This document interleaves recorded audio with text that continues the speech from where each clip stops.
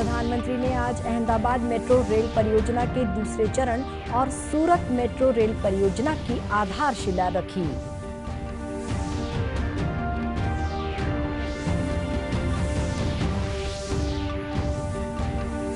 मुख्यमंत्री ने विभिन्न विभागों के बजट की तैयारियों को लेकर की समीक्षा बैठक।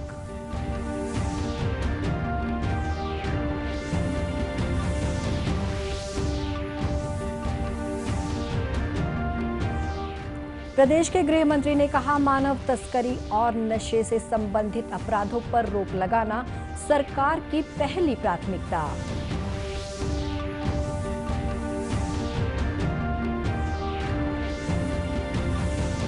और एक भारत श्रेष्ठ भारत के तहत भिलाई में किया गया पतंग उत्सव का आयोजन।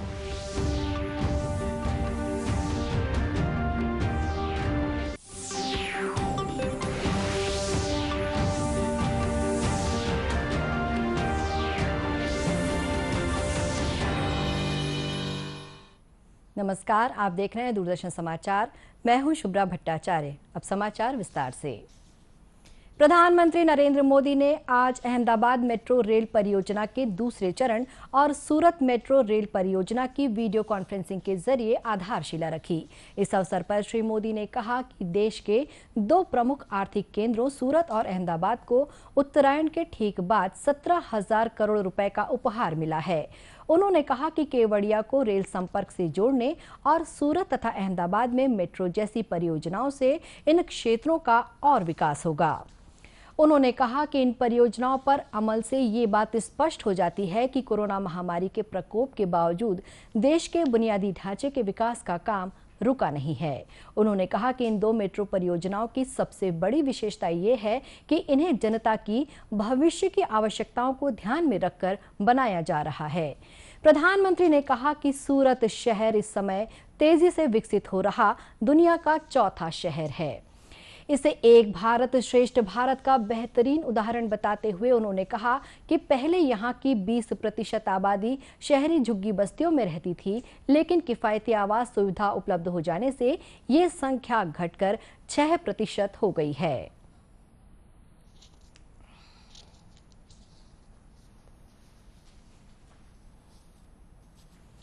बीते कुछ दिनों में ही देश भर में हजारों करोड़ रुपए के इंफ्रास्ट्रक्चर प्रोजेक्ट का या तो लोकार्पण किया गया है या फिर नए प्रोजेक्ट्स पर काम शुरू हुआ है।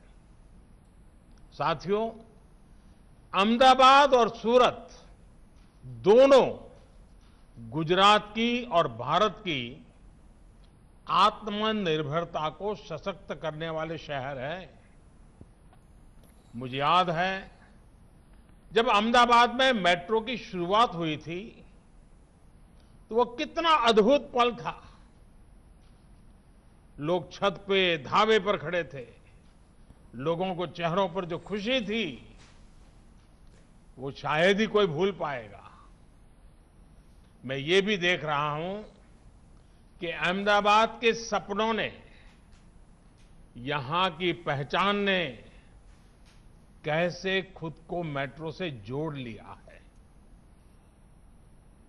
प्रधानमंत्री ने कहा कि उनकी सरकार मेट्रो परियोजनाओं पर समन्वित परिवहन प्रणाली दृष्टिकोण से अमल कर रही है और इनके विकास में परिवहन के अन्य साधनों के साथ तालमेल कायम करने का भी ध्यान रखा जा रहा है।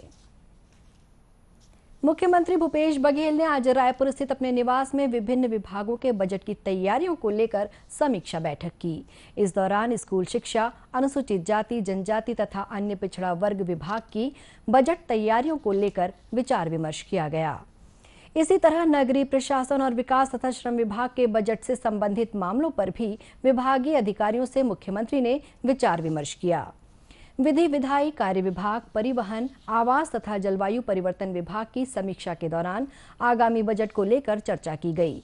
बैठक में वन मंत्री मोहम्मद अकबर, नगरीय प्रशासन मंत्री डॉक्टर शिव कुमार डहरिया, स्कूल शिक्षा मंत्री डॉक्टर प्रेमसाय सिंह टेकाम सहित विभाग के अधिकारी शामिल हुए। मुख्यमंत्री भूपेश बघेल ने कहा है कि ग्रामीण अर्थव्यवस्था को मजबूती देने में गौठानों की अहम भूमिका है और ये ग्रामीण आजीविका के महत्वपूर्ण केंद्र के रूप में तब्दील हो रहे हैं। मुख्यमंत्री बलौदाबाजार जिले के ग्राम वोटगन में आयोजित सामाजिक कार्यक्रम में शामिल हुए और वहां स्कूल भवन तथा सामुदायिक भवन बनाने के लिए 35 लाख रुपए की स्वीकृति देने की घोषणा की। वहीं महासमुंद में आयोजित एक कार्यक्रम में मुख्यमंत्री ने कहा कि भारत सरकार की अनुमति से ही प्रदेश में धान खरीदी की जा रही है। इस समय 24 लाख मीट्रिक टन चावल की अनुमति मिली है। श्री बघेल ने कहा कि प्रदेश में फरवरी माह के अंत तक लोगों को टीके लगने शुरू हो जाएंगे। मुख्यमंत्री ने यह भी कहा कि राज्य सरकार पुलिस वेतन सुधार को लेकर विचार विमर्श कर रही है और इस दिशा में प्रयास किया जाएगा। कोरोना में जहां स्वास्थ्य विभाग है, पंचायत विभाग है, उसके साथ साथ पुलिस कर्मियों ने और पुलिस के अधिकारियों ने, गृह विभाग ने जो काम किया है वो सचमुच में प्रशंसनीय है। और उस कोरोना काल में जो संकट के समय में जो हमारे पुलिस के जवानों ने जो काम किया है उसकी जितनी प्रशंसा की जाए कम है। हमारे मतलब सफाई कर्मी हैं, ऐसा कौन सा विभाग है, मैं कहता हूँ पत्रकार लोग जितना मदद किए उस समय, सामाजिक संगठनों ने जो मदद किया उसकी कोई तुलना नहीं की जा सकती। जो छत्तीसगढ़ में सभी वर्ग के लोगों ने काम किया है। जहाँ तक के वेतनमान की बात है, उसको चूँकि अब कोरोना संकट है, अभी समीक्षा भी होगी गृह विभाग के, अभी उसके बारे में चर्चा नहीं हुई, बजट के संदर्भ में चर्चा होना है। तो इसमें देखते हैं कितना हो सकता है, नहीं हो सकता है, तो इसके बारे में अभी कहना मुश्किल है। कार्यक्रम में गृह मंत्री ताम्रध्वज साहू भी उपस्थित थे। प्रदेश के गृह मंत्री ताम्रध्वज साहू ने कहा है कि मानव तस्करी तथा नशे से संबंधित अपराधों पर अंकुश लगाना सरकार की पहली प्राथमिकता है और पुलिस इस दिशा में सक्रियता से कार्य कर रही है। भिलाई में आयोजित एक कार्यक्रम के बाद मीडिया से चर्चा करते हुए गृह मंत्री ने कहा कि मानव तस्करी और नशे के खिलाफ अपराधों पर अंकुश लगाने में पुलिस ने सफलता भी पाई है। विपक्ष लोग जब उठाते हैं पुलिस विभाग की कार्यप्रणाली के ऊपर, अन्याय के ऊपर, तो मैं स्पष्ट कहता हूं, चाहे वो नशा हो, चाहे मानव तस्करी की बात हो, इन 2 वर्षों में सर्वाधिक फोकस करके काम किया गया है और उनमें सफलता मिली है। बड़े बड़े अपराधी पकड़े गए हैं, बड़े बड़े गैंग पकड़े गए हैं, अंतर्राज्यीय जो आया है वो भी पकड़े गए हैं। तो हम लोग पूरी सफलता इसमें हम लोगों को मिल रही है। हम लोग पूरा कोशिश कर रहे हैं कि इस प्रकार के वारदात को रोका जा सके। गृह मंत्री ने कहा कि प्रदेश भर में अपराधों की रोकथाम और उसके शीघ्र निराकरण के लिए पुलिस को दिशा निर्देश जारी किए गए हैं। खबरों का सिलसिला आगे भी जारी रहेगा। फिलहाल वक्त है एक छोटे से ब्रेक का। फेस मास्क कोरोना से रोकथाम का सबसे प्रभावी उपाय साबित हुआ है। विश्व स्वास्थ्य संगठन और विशेषज्ञों के शोध का भी यही निष्कर्ष है कि मास्क से मुंह और नाक को अच्छी तरह ढककर कोरोना संक्रमण को कम किया जा सकता है। बिना मास्क या फेस कवर के घर से बाहर निकलने की अभी कल्पना करना भी सही नहीं है। जुड़िए डीडी न्यूज की खास मुहिम मास्क अप इंडिया के साथ।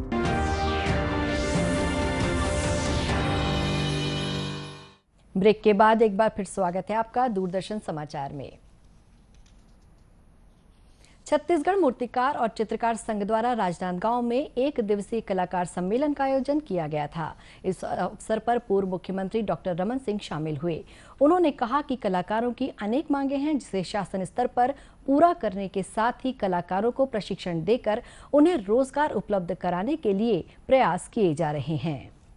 अपना प्रदेश का पहला सम्मेलन कर रहे हैं, उनकी बहुत सारी वाजिब मांग भी है और संगठित रूप से पहली बार प्रयास किए हैं। और उनकी मांगों में ये है कि उन्हें प्रशिक्षण दिया जाए, उन्हें माटीकला बोर्ड जैसे संस्था को प्रशिक्षण की व्यवस्था भी हो, उनके रजिस्ट्रेशन हो, उनके लिए ज़मीन की व्यवस्था हो और बाहर से जो मूर्तियाँ आती हैं उन मूर्तियों में चाइना से और बाहर से उनमें प्रतिबंध हो।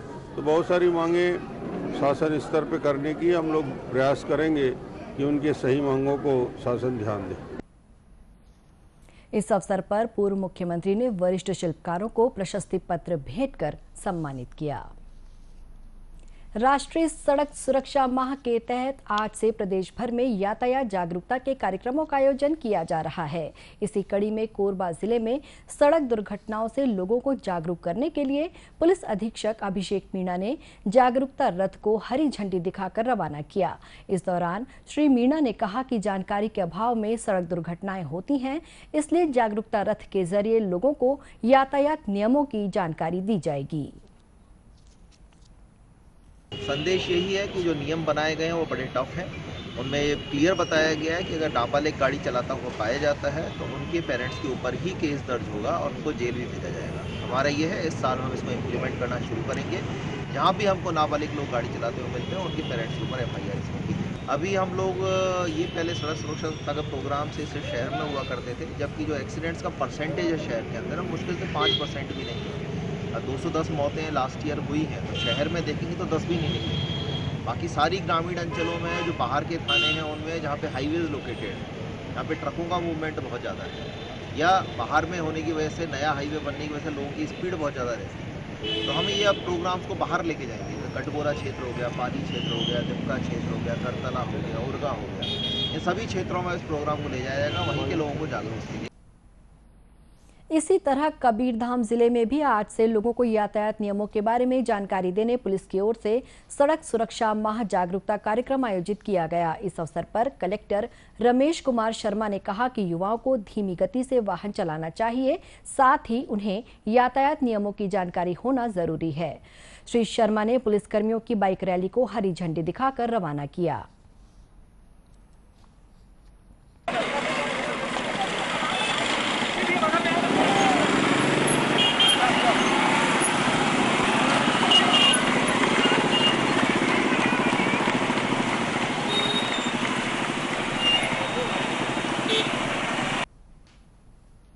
यातायात सुरक्षा माह के दौरान खिलाड़ी, एनसीसी के कैडेट और पुलिस जवान विभिन्न स्थानों पर यातायात नियमों की जानकारी लोगों को देंगे। केंद्र सरकार की एक भारत श्रेष्ठ भारत योजना के तहत भिलाई में पिछले दिनों मकर संक्रांति के अवसर पर पतंग उत्सव का आयोजन किया गया। गुजराती समाज द्वारा आयोजित इस पतंग उत्सव में आकर्षक पतंगबाजी की गई। इस दौरान छत्तीसगढ़ के व्यंजनों के साथ साथ गुजराती समाज के व्यंजनों का भी लुत्फ उठाया गया। कार्यक्रम में शामिल लोगों ने आयोजन की सराहना करते हुए बताया कि पारंपरिक पतंगबाजी उत्सव में छत्तीसगढ़ और गुजरात दोनों राज्यों की सांस्कृतिक झलक देखने को मिली। ऐसी वैभवशाली संस्कृतियों का मिलन है ये। जिस तरह गुजरात की अपनी एक संस्कृति है, अपनी वेशभूषा है, अपना खान पान है और अपना रहन सहन है, उस तरह छत्तीसगढ़ भी बहुत वैभवशाली क्षेत्र है और यहाँ की अपनी संस्कृतियाँ हैं, यहाँ के अपने लोक नृत्य हैं, लोक गायन हैं और मैं सोचता हूँ कि बहुत सा साम्य गुजरात की संस्कृति और छत्तीसगढ़ की संस्कृति के बीच में है।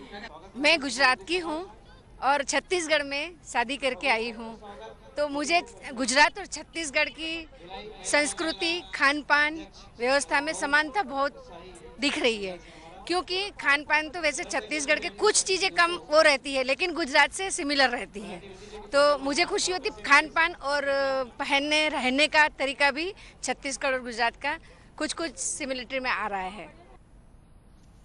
इस आयोजन में गुजराती वेशभूषा में आए लोगों ने पतंगबाजी की। गौरतलब है कि एक भारत श्रेष्ठ भारत योजना के तहत छत्तीसगढ़ की गुजरात के साथ जोड़ी बनाई गई है। इस तरह दोनों राज्यों के रीति रिवाज, पर्यटन धरोहर, खेल, व्यंजनों और सांस्कृतिक कार्यक्रमों का आयोजन किया जाता है। अंत में मुख्य समाचार एक बार फिर। प्रधानमंत्री ने आज अहमदाबाद मेट्रो रेल परियोजना के दूसरे चरण और सूरत मेट्रो रेल परियोजना की आधारशिला रखी।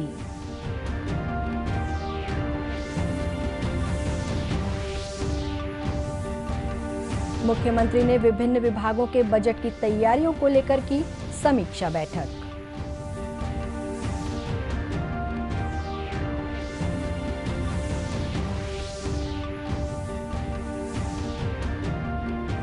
प्रदेश के गृह मंत्री ने कहा, मानव तस्करी और नशे से संबंधित अपराधों पर रोक लगाना सरकार की पहली प्राथमिकता।